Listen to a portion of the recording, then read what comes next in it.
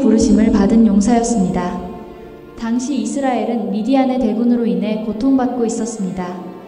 하나님은 기드온을 선택하셨고 그에게 군대를 이끌고 싸우라고 명령하셨습니다. 그러나 하나님은 기드온의 군사를 300명으로 줄이셨습니다. 그 이유는 승리가 오직 하나님의 능력으로 이루어졌음을 보여주시기 위함이었습니다. 기드온과 그의 300명의 군사는 미디안 진영 주변에 나뉘어 섰습니다.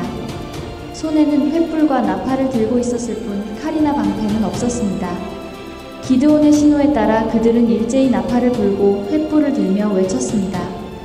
여호와와 기드온의 칼이여. 미디안 군사들은 혼란에 빠졌고 자기들끼리 싸우며 도망치기 시작했습니다.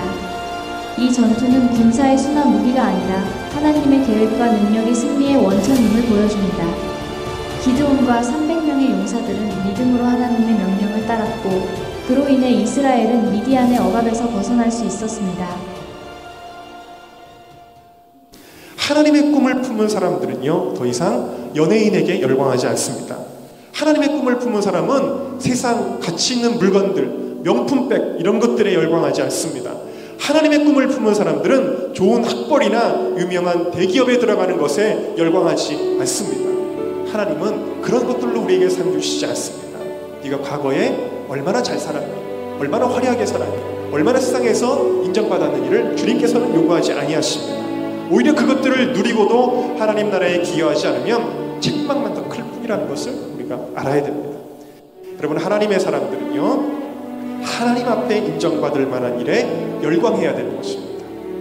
교회를 세우고 교회를 부흥시켜 나가는 기독교적인 가치관으로 세상을 바로 세워 나가는 일, 민족과 열방 가운데 죽어가는 수많은 영혼들에게 하나님의 복음을 전하여 하나님 나라를 확장시켜 나가는 일, 다시 오실 예수님의 길을 예비하는 일, 이것에 열광해야 되는 것입니다. 여러분들 이런 질문을 할 수가 있어요. 그래도 그런 일들은 특별한 사람이 하는 거 아닙니까? 나 같은 사람이 무슨 하나님의 일을 하나요? 하나님의 꿈을 이루나요? 이렇게 물을지 모르지만 나는 할 수 없지만 내가 꿈을 가지면 하나님이 하십니다. 여러분, 기드온은 우리가 용사로 알고 있지만 처음부터 용사가 아닙니다. 구덩이를 파놓고 그 구덩이 속에 들어가서 몰래 밀을 타작하는 아주 연약한 사람, 용기 없는 사람이었습니다. 그가 하는 일이었다면 그는 아무것도 할 수 없는 거예요. 그러나 주님께서 그에게 약속하신 거예요. 큰 용사여, 여호와께서 너와 함께 계시다. 하나님이 하시겠다라는 거예요. 다만 기드온은 그 하나님의 부르심에 순종함으로, 믿음으로 반응했다라는 것입니다. 주님이 여러분들의 심령 가운데 말씀하십니다.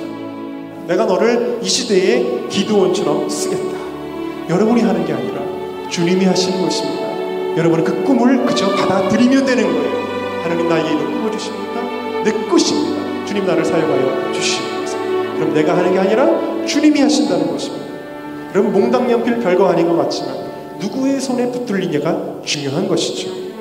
작고 보잘것없지만 훌륭한 시인의 손에 붙들리면 훌륭한 시가 나오는 거예요. 뛰어난 과학자의 손에 붙들리면 뛰어난 논문이 나오는 것입니다.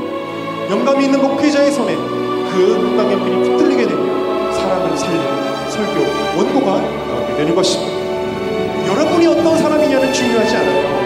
여러분이 얼마나 많은 것을 가지고 있는지, 얼마나 똑똑한지, 얼마나 능력이 있는지, 얼마나 건강한지, 얼마나 많은 경험이 있는지는 중요하지 않습니다. 뭐가 중요하냐? 여러분들이 누구의 손에 붙들려냐가 중요한 것입니다. 하나님이 나와 함께 하시는가가 중요한 것입니다. 여러분, 오늘 이 시대의 기드온은 누구입니까? 이 말씀을 듣는 순간, 그래, 나도 이 시대에 하나님 나라를 위해 꿈을 갖겠다. 나도 하나님 나라를 위해 내 삶을 헌신하겠다. 순종하는으로 반응하는 그 순간 바로 여러분들이 기드온이 되는 것입니다.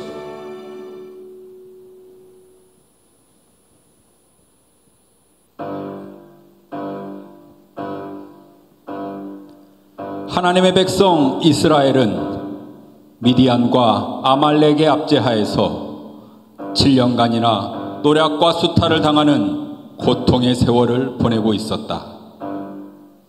이때 이스라엘의 부르짖는 기도를 들으신 여호와께서 이스라엘을 침략자들의 손에서 구원할 용사를 택하셨는데 그가 곧 사사 기드온이었다. 그는 하나님께 헌신하게 되었고 그의 아버지 집에 있는 우상, 즉 바알을 무너뜨림으로 사역을 시작하게 된다. 그 후 미디안 사람과 아말렉 사람 그리고 동방 사람들의 연합군이 요단을 건너 쳐들어오자 그는 하나님께서 자신과 함께 하심을 확인한 후 하나님의 특별한 지시에 따라 32,000명의 군사 중 선발된 300명의 군사만을 거느리고 미디안의 대군과 대면하였다. 그리고 하나님만의 특별한 전술을 준비하게 된다.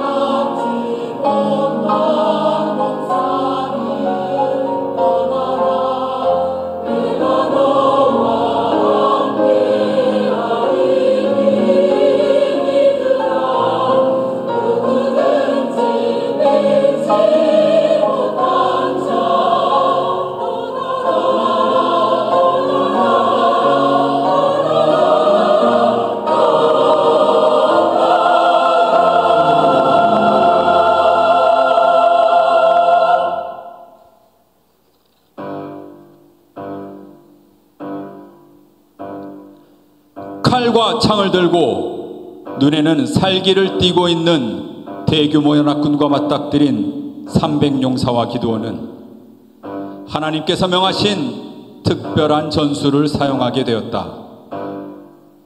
그들은 어두운 밤 적진에 이르러 복음의 나팔을 힘차게 불며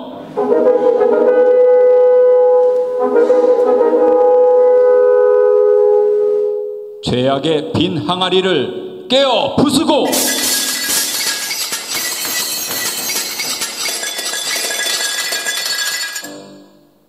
성령의 횃불을 높이 치켜들면서 외쳤습니다.